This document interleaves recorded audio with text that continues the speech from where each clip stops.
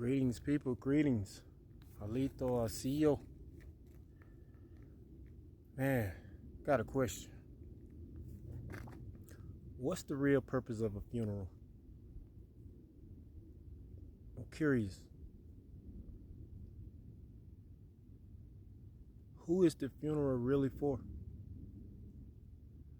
And why is always chaos in every family when one relative transitions? Why?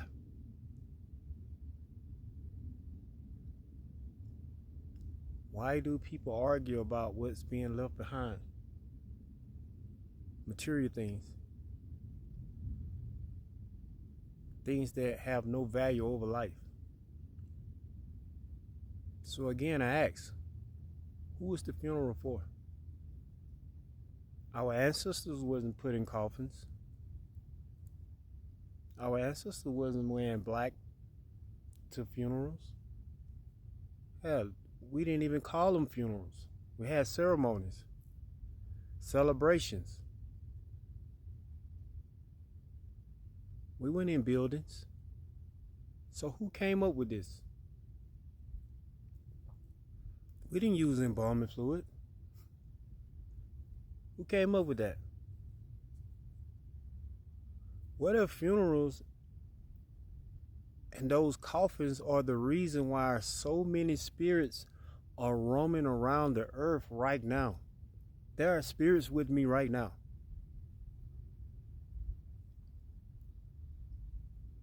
What if that's the reason? What if funerals are actually a trap to keep souls and spirits here?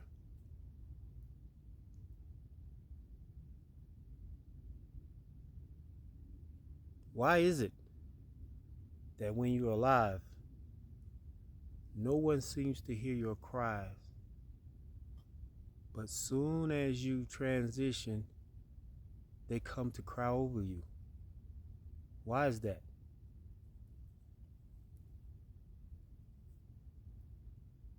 Can someone explain?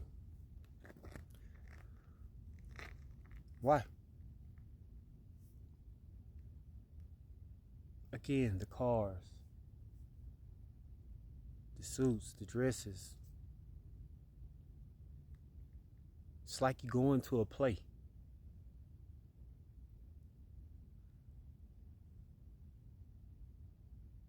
And it's always a rehearsal to get ready for the play.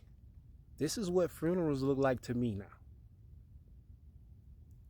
To the point I don't want one. There would be no coffins.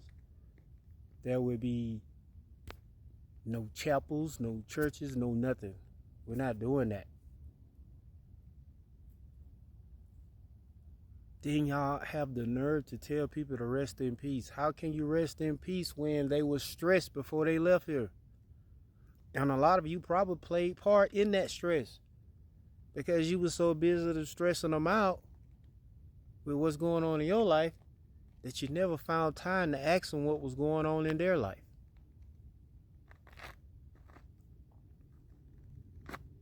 This is why I say funeral is just a play.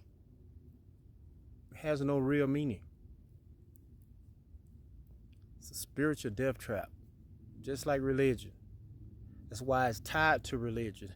That's why you had the same homegoing service in the same place you worship. And it's funny how the word worship and worship are so similar. Is religion a war on spirituality? Possibly. But again, like I said, what's the purpose of the funeral? I stated how I look at it.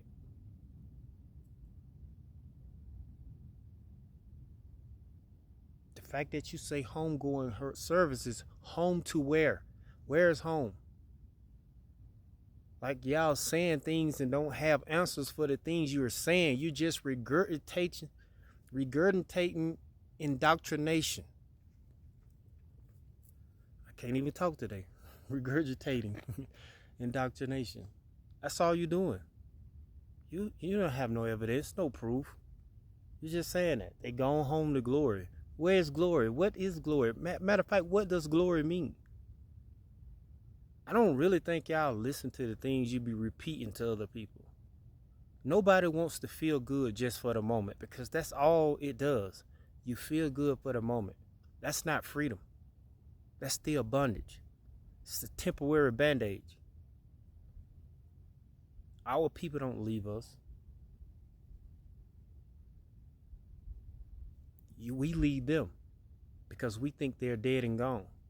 Because this is what we've been indoctrinated with.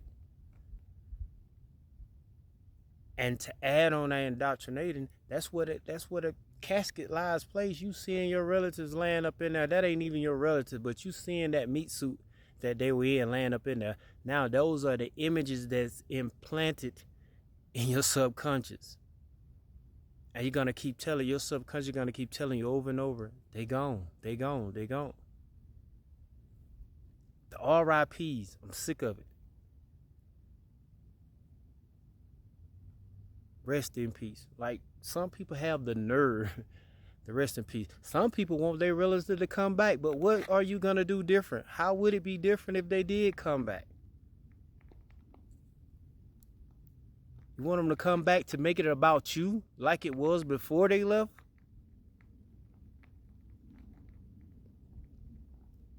The guilty people are the ones always falling out at the funerals, right?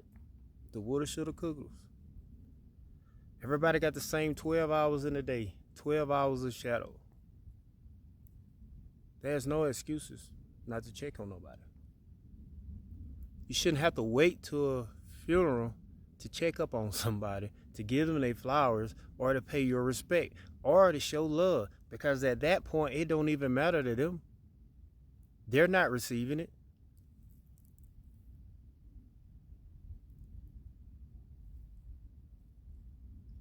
Religion has fucked us up mentally, spiritually.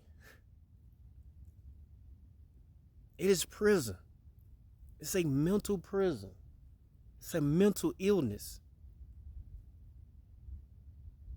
That out of all these people you burying, you still can worship a God that knew that it was going to happen and knew how you was going to react to it.